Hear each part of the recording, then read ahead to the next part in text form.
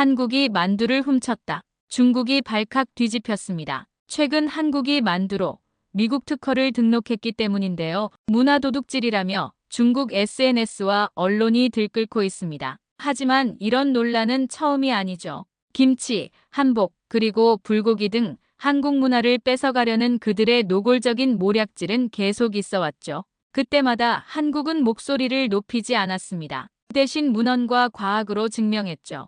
이번에 한 가지 더 소개할 사건이 있습니다. 오늘의 사연 시작하겠습니다. 그 전에 구독과 좋아요를 눌러주시면 영상 제작에 큰 힘이 됩니다. 에밀리, 내 말 듣고 있어? 한국이 중국 만두를 훔쳤대. 환구시보가 난리야. 뉴욕 사무실에서 편집장의 목소리가 제 생각을 끊었습니다. 커피를 한 모금 마시며 그를 바라봤죠. CNN 아시아 음식 전문 칼럼니스트로 일한 지 5년 동안 이런 문화 충돌 기사는 이제 익숙했습니다. 매년 김치, 한복, 심지어 젓가락에 이르기까지 아시아 국가들의 문화 소유권 다툼은 식상했습니다. 그래서 이번엔 뭐가 문제죠? 흥미없는 목소리로 물었습니다. 비비고라는 한국 기업이 만두 모양의 특허를 받았어. 중국 웨이보에서는 이미 폭발 직전이야. 너 당장 서울로 가서 취재해. 특허, 만두 모양의. 이건 조금 새로웠습니다. 보통 이런 문화 갈등은 유네스코 세계유산 등재나 모호한 역사적 기원에 관한 것이었거든요. 하지만 특허라니 법적 구속력이 있는 주장이었죠. 한국 출장은 내일 아침 비행기로 가능합니다. 그런데 무슨 특허인지 구체적으로 알고 계신가요? 미국 특허청에서 가는 두 줄의 줄무늬가 반복되는 형상을 특징으로 하는 만두 디자인 특허를 승인했다더군. 만두라고 다 똑같은 만두가 아니라나. 편집장이 고개를 절레절레 흔들었습니다. 특허 자료를 찾아보니 정말이었습니다. CJ 제일제당이 비비고 만두의 독특한 접힌 모양에 대한 디자인 특허를 획득했더군요. 특허 보호 기간은 15년이나 되죠. 중국 측 반응은 예상대로 격렬했습니다. 환구시보는 어이없다. 한국 기업이 만두 모양의 특허를 신청했다는 제목의 기사를 내보냈고 웨이보에서는 댓글 폭발했습니다. 이건 중국 자오즈를 도둑질한 것이다.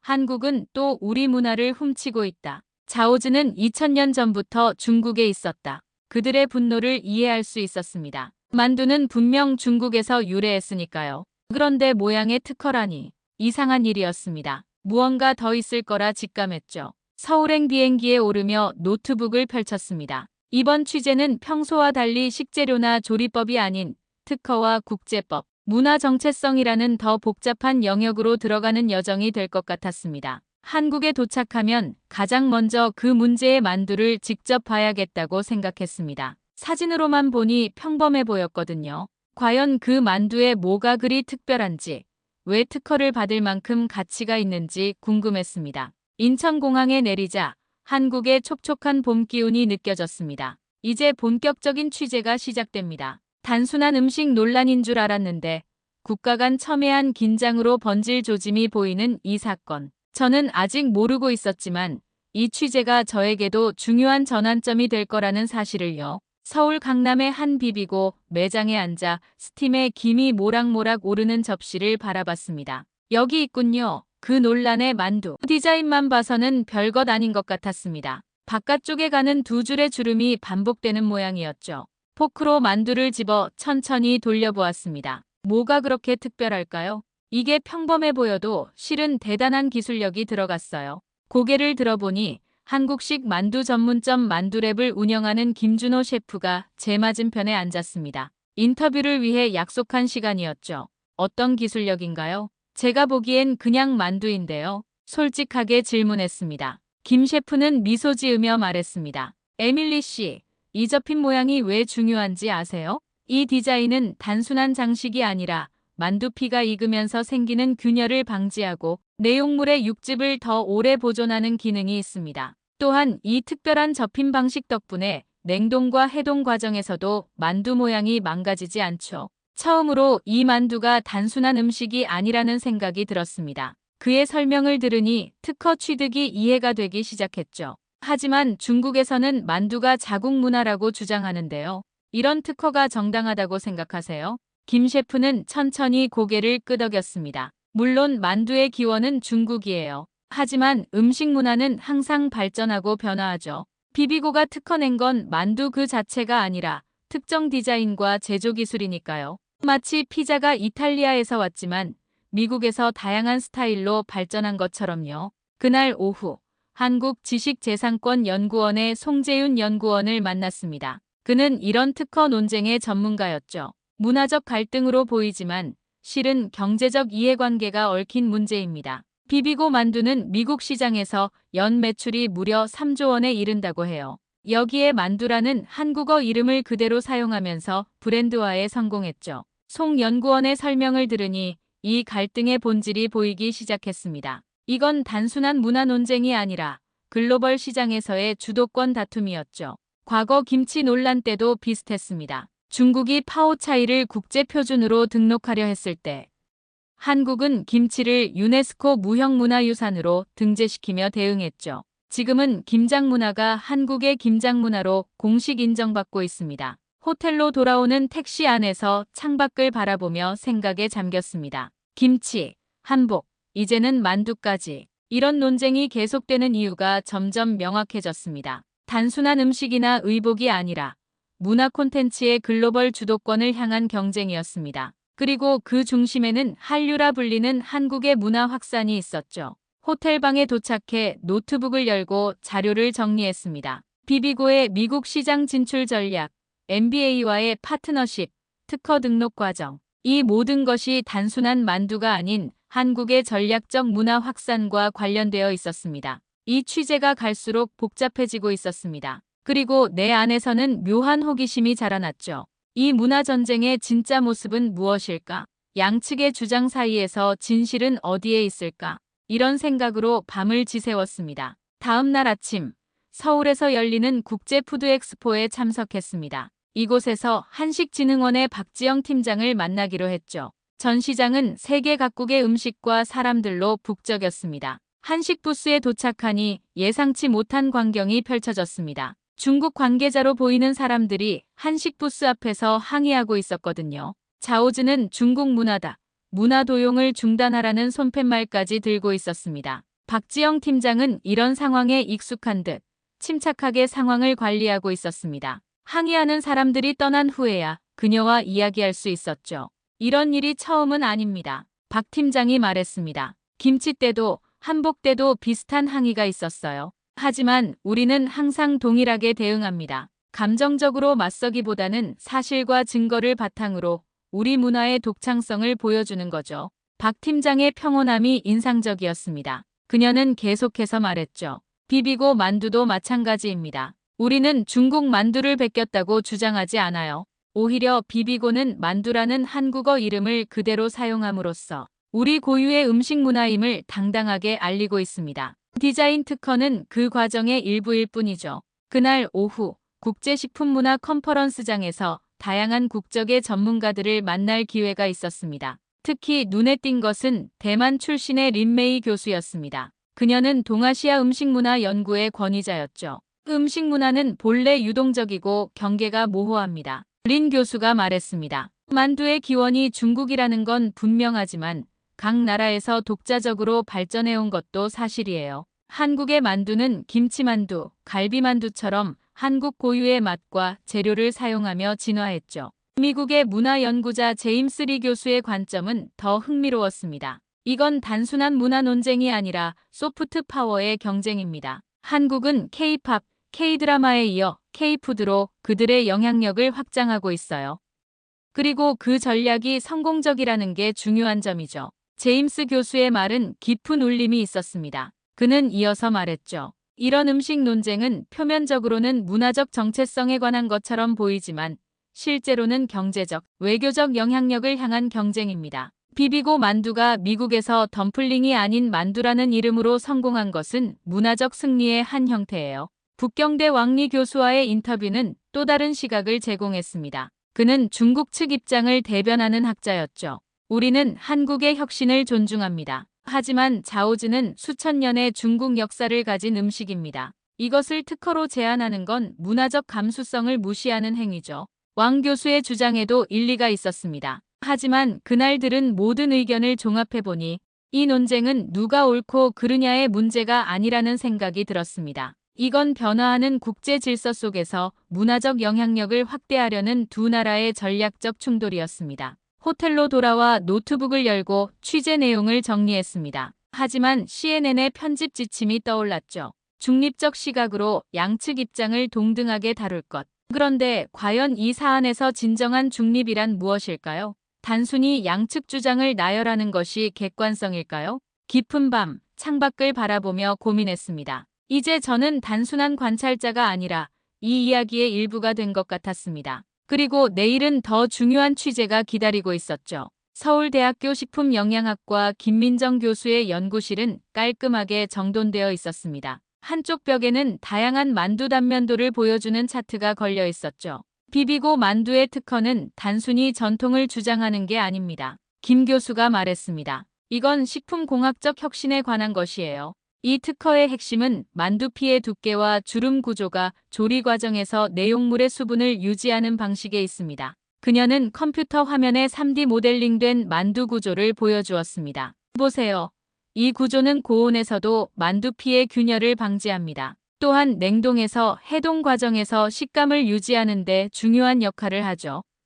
이건 전통적인 중국 만두에는 없는 기술적 혁신입니다. 김 교수의 설명을 들으며 제 생각은 점점 명확해졌습니다. 이건 누가 만두를 먼저 만들었느냐의 논쟁이 아니었습니다. 오히려 전통 음식을 현대적으로 재해석하고 글로벌 시장에 맞게 혁신한 기술적 성취에 관한 이야기였죠.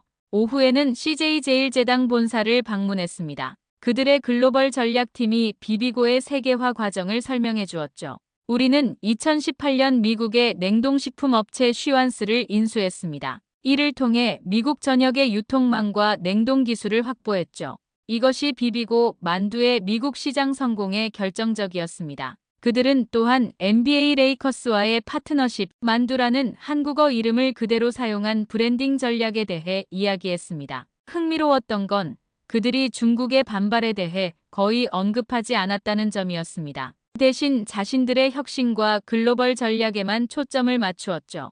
호텔로 돌아와 지금까지 수집한 모든 정보를 분석했습니다. 그리고 CNN에 보낼 리포트 초안을 작성하기 시작했죠. 하지만 무언가 만족스럽지 않았습니다. 중립적 보도를 위해 중국 측 주장도 동등하게 다뤄야 했지만 그러면 이 이야기의 본질이 흐려지는 느낌이었습니다. 문득 비비고 만두를 처음 맛봤을 때의 경험이 떠올랐습니다. 한 입 베어 물었을 때 터져나오는 육즙, 얇지만 쫄깃한 만두피, 그리고 내 기억 속에 어떤 만두와도 다른 독특한 맛. 그때 느꼈던 감동이 단순한 복제나 도용에서 올 수 있을까요? 밤이 깊어가는데도 리포트는 완성되지 않았습니다. 창밖으로 서울의 밤 풍경을 바라보며 깊은 고민에 빠졌죠. 제가 쓰려는 이 이야기는 단순한 음식 분쟁이 아니었습니다. 이건 문화가 어떻게 발전하고 혁신되고 세계화되는지에 관한 더 큰 이야기였습니다. 그리고 그 순간 저는 결심했습니다.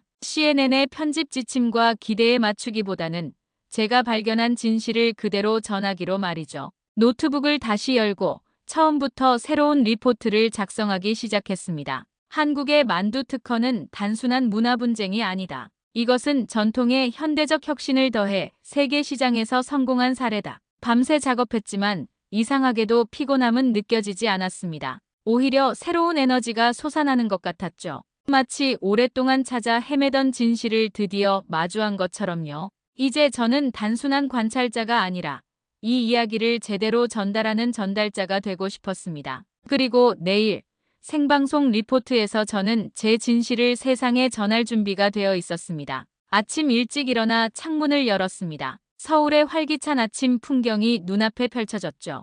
어젯밤 작성한 리포트를 다시 읽어보았습니다. 저는 이제 확신이 들었습니다. 이 이야기의 본질은 문화의 소유권 다툼이 아니라 어떻게 문화가 진화하고 새로운 가치를 창출하는지에 관한 것이었습니다. 오늘은 비비고 공장을 방문하는 날이었습니다. 흰 위생복을 입고 생산 라인을 둘러보며 만두가 만들어지는 과정을 지켜봤습니다. 놀라웠던 건 첨단 기술과 장인 정신이 공존하는 모습이었습니다. 우리는 전통 만두 제조법의 핵심은 유지하면서 현대식품 공학을 접목했습니다. 공장 매니저가 설명했습니다. 예를 들어 이 특허받은 주름 구조는 수작업으로 만든 만두의 미학을 살리면서도 대량 생산과 유통에 최적화되어 있죠. 만두피가 정확한 두께로 밀어지고 속 재료가 정교하게 채워지는 과정을 지켜보았습니다. 그리고 마침내 그 특허받은 주름이 만들어지는 순간을 볼 수 있었죠. 공장을 둘러본 후 실험실로 이동했습니다. 그곳에서 식품연구원들이 다양한 만두 샘플을 테스트하고 있었습니다. 이 만두가 특별한 이유를 보여드릴게요. 연구원이 두 접시를 내밀었습니다. 왼쪽은 비비고 만두, 오른쪽은 전통적인 방식의 만두입니다. 둘 다 같은 시간 동안 쪄보세요. 실험 결과는 놀라웠습니다. 비비고 만두는 육즙이 그대로 유지되었지만 전통 방식의 만두는 피가 부분적으로 터져 육즙이 빠져나와 있었습니다. 이것이 바로 그 특허의 실질적 가치였던 거죠. 오후에는 한식진흥원에서 주최하는 K푸드 글로벌 전략 세미나에 참석했습니다. 이곳에서 한식이 세계 시장에서 어떻게 포지셔닝하고 있는지 더 넓은 그림을 볼 수 있었습니다. 한국 식문화의 힘은 비빔에 있습니다. 발표자가 말했습니다. 서로 다른 것을 조화롭게 섞어 새로운 가치를 창출하는 거죠. 비비고라는 이름 자체가 비빔과 영어 고의 합성어인 것처럼요. 세미나에서 가장 인상적이었던 건 한국이 문화적 자부심을 가지면서도 글로벌 시장에 맞게 유연하게 적응하는 모습이었습니다. 그들은 우리 것을 고집하면서도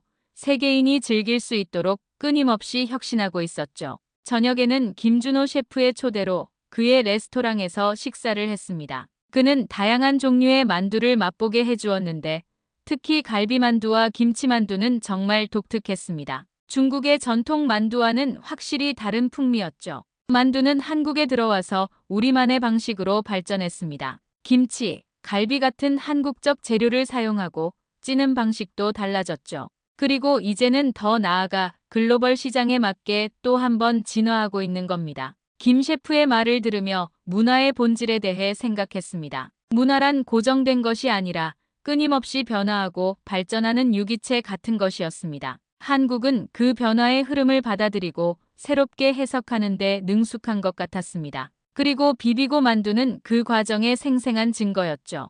호텔로 돌아와 CNN 뉴욕 본사에서 온 이메일을 확인했습니다. 편집장이 제 리포트 초안에 대해 많은 수정을 요구했습니다. 너무 한국 편향적이다.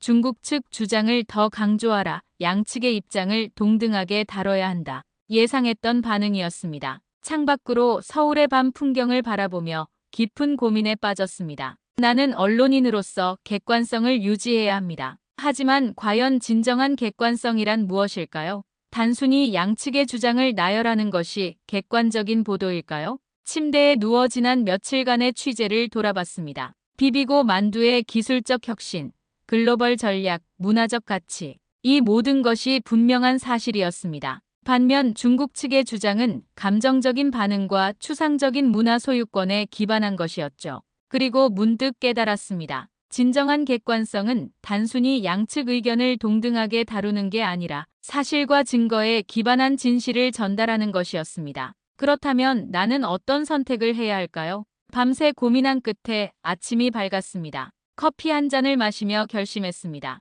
저는 제가 본 진실을 제가 느낀 그대로 전할 것입니다. 그것이 진정한 언론인으로서의 책임이라고 생각했습니다. 오늘 오후 생방송 리포트를 앞두고 서울 시내의 한 카페에 앉았습니다. 비비고 만두를 처음 맛봤던 그 식당이 보이는 자리였죠. 지난 며칠간의 취재 노트를 다시 한번 훑어보았습니다. 제가 발견한 가장 중요한 사실은 한국이 이 문화 충돌에서 보여준 태도였습니다. 그들은 감정적으로 대응하거나 상대를 비난하지 않았습니다. 대신 묵묵히 혁신하고 품질로 승부하고 세계 시장에서 인정받는 길을 택했죠. 그리고 그 결과 만두라는 한국어 이름이 그대로 세계에 알려지게 되었습니다. 카페 창밖으로 서울의 번화가를 바라보며 생각했습니다. 이 도시, 이 나라는 빠르게 변화하고 있었습니다. 하지만 그 변화의 중심에는 항상 독특한 정체성이 있었습니다. 전통과 현대, 동양과 서양, 그 모든 것을 자신들만의 방식으로 비벼 새로운 가치를 만들어내는 정신이었죠. 생방송 리포트를 위해 카메라 앞에 섰을 때 저는 더 이상 망설임이 없었습니다. 이제 저는 저만의 시각으로 이 만두 전쟁의 진실을 세상에 전할 준비가 되어 있었습니다. 여기는 서울입니다. CNN 에밀리 월든입니다. 생방송 카메라 앞에 선 순간 긴장감이 몰려왔습니다. 하지만 이내 확신으로 바뀌었죠. 오랜만에 느끼는 진정한 열정이었습니다. 지난주 한국 기업 CJ 제일제당이 비비고 만두 디자인에 대한 미국 특허를 취득하면서 중국에서 거센 반발이 일고 있습니다. 환구시보를 비롯한 중국 매체들은 이를 문화도용이라고 비난했죠. 하지만 이 논쟁의 본질은 무엇일까요? 저는 잠시 숨을 고르고 계속했습니다. 취재 결과 이 특허는 단순한 만두 형태가 아닌 특정 기술적 혁신에 관한 것임을 확인했습니다. 비비고 만두에 가는 두 줄 줄무늬 디자인은 조리 과정에서 만두피 균열을 방지하고 육즙을 보존하는 기능적 특성을 갖고 있습니다. 카메라를 응시하며 솔직한 제 감정을 담아 말했습니다. 이 논쟁은 표면적으로는 만두의 기원에 관한 것처럼 보이지만 실제로는 문화가 어떻게 발전하고 혁신되며 세계화되는지에 관한 더 큰 질문을 던집니다. 만두의 기원이 중국이라는 사실은 분명합니다. 하지만 한국은 그것을 자신들의 방식으로 재해석하고 기술적 혁신을 더해 세계 시장에서 인정받는 방식을 선택했습니다. 비비고 공장과 연구실에서 보았던 장면들, 김준호 셰프의 레스토랑에서 맛본 다양한 만두들, 그리고 무엇보다 이 모든 과정에서 느꼈던 한국 특유의 창의성과 적응력을 생생하게 전달하려 노력했습니다. 비비고는 중국식 덤플링이 아닌 만두라는 한국어 이름을 그대로 사용하며 미국 시장을 공략했습니다. 그리고 그 결과 이제 MANDU는 미국인들에게 친숙한 음식 이름이 되었죠. 이것은 단순한 경제적 성공을 넘어 문화적 영향력의 확장을 의미합니다. 마지막으로 제가 이번 취재를 통해 깨달은 가장 중요한 교훈을 전했습니다. 문화는 고정된 것이 아니라 끊임없이 진화합니다. 그리고 진정한 문화적 자신감은 과거를 고집하는 데 있지 않고 전통을 창의적으로 재해석하며 세계와 소통하는 데 있는 것 같습니다. 서울에서 에밀리 월든이었습니다. 방송이 끝나고 깊은 숨을 내쉬었습니다. 편집장의 지시를 어긴 것에 대한 걱정보다는 진실을 전했다는 안도감이 더 컸습니다. 그리고 놀랍게도 방송 직후 뉴욕 본사에서 연락이 왔습니다. 에밀리, 탁월한 리포트였어. 시청자 반응이 폭발적이야. 후속 보도도 내가 맡아줬으면 해. 예상 밖의 반응에 어리둥절했지만 내심 기뻤습니다. 진정성 있는 보도가 결국 시청자들에게 더 가치 있게 다가간 것 같았습니다. 그날 밤 서울의 한강변을 걸으며 제 마음은 평화로웠습니다. 저는 단순한 음식 분쟁을 넘어 문화의 본질과 발전에 관한 더 깊은 이야기를 전달할 수 있었으니까요. 방송 이후 일주일이 지났습니다. 저는 아직 서울에 머물며 후속 취재를 진행하고 있었죠. 제 리포트는 예상 밖의 반향을 일으켰습니다. 소셜미디어에서 수많은 사람들이 만두에 관한 이야기를 공유하고 비비고 만두를 찾아 맛보고 심지어 직접 만두를 만들어보는 영상까지 올리고 있었습니다. 뉴욕에 있는 친구에게서 문자가 왔습니다. 미국 슈퍼마켓에서 비비고 만두가 품절되었대. 내 방송 때문인 것 같아. 한식진흥원에서 만난 박지영 팀장은 웃으며 말했습니다. 에밀리 씨의 리포트 이후 미국뿐 아니라 유럽에서도 한국 만두에 대한 관심이 급증했습니다. 특히 MANDU라는 이름으로 검색하는 사람들이 많아졌죠. CNN 본사에서는 제게 전 세계 식문화를 다루는 새로운 시리즈 진행을 제안했습니다. 문화의 진화 전통에서 혁신으로라는 제목의 다큐멘터리였죠. 처음으로 제 시각과 열정이 온전히 인정받는 느낌이었습니다. 흥미로운 소식은 또 있었습니다. 세계식품문화포럼에서 제가 기조연설자로 초청된 것입니다. 주제는 음식 문화의 세계화와 지역적 정체성의 보존이었습니다. 이전에 저라면 꿈도 꾸지 못했을 기회였죠. 오늘은 마지막 인터뷰를 위해 비비고 본사를 다시 찾았습니다. 글로벌 전략팀장과의 대화에서 흥미로운 사실을 알게 되었습니다. 사실 중국에서의 반발은 예상했던 일입니다. 하지만 우리는 논쟁에 휘말리기보다 제품의 품질과 혁신성으로 승부하기로 했죠. 그리고 그 전략이 효과를 발휘하고 있습니다. 그의 말처럼 비비고 만두는 이제 중국 시장에서도 인기를 얻기 시작했다고 합니다. 특히 젊은 층에서 한국식 만두의 독특한 맛을 찾는 소비자가 늘고 있다고 했습니다. 아이러니한 결과였죠. 출국을 하루 앞둔 밤, 김준호 셰프의 레스토랑에서 작별 식사를 했습니다. 그는 제게 특별한 선물을 주었습니다. 전통 방식으로 만든 만두 도구 세트였죠. 에밀리 씨가 진실을 전해줘서 고맙습니다. 음식은 단순한 먹거리가 아니라 문화의 정수입니다. 그리고 문화는 공유하고 발전시킬 때 더 풍요로워지죠. 김 셰프의 말에 깊이 공감했습니다. 이번 취재를 통해 저는 단순한 음식 보도를 넘어 문화의 본질과 발전에 대한 더 깊은 이해를 얻었으니까요. 비행기 안에서 창밖을 바라보며 지난 2주간의 여정을 되돌아봤습니다. 저는 음식 칼럼니스트로 왔다가 문화와 혁신, 그리고 진정한 보도의 의미를 깨달은 언론인으로 돌아가고 있었습니다. 제 노트북에는 이제 새로운 기사의 초안이 열려 있었습니다. 만두를 넘어서 한국 식문화의 세계화 전략과 그 의미. 이 이야기는 이제 시작일 뿐이었습니다. 그리고 저는 이 여정을 계속할 준비가 되어 있었습니다. 서울을 떠나며 문득 이런 생각이 들었습니다. 때로는 가장 단순해 보이는 만두 같은 소박한 음식이 가장 깊은 이야기를 품고 있다는 것을요. 오늘의 만두 이야기는 여기까지입니다. 우리나라 기업의 만두 만드는 기술력에 대한 여러분의 생각은 어떠하신지 댓글로 알려주세요. 그리고 사연 재미있게 보셨다면 구독과 좋아요 한 번씩 눌러주시면 감사하겠습니다. 감동살롱은 더 따뜻하고 감동 있는 사연으로 찾아뵐게요. 항상 행복하세요.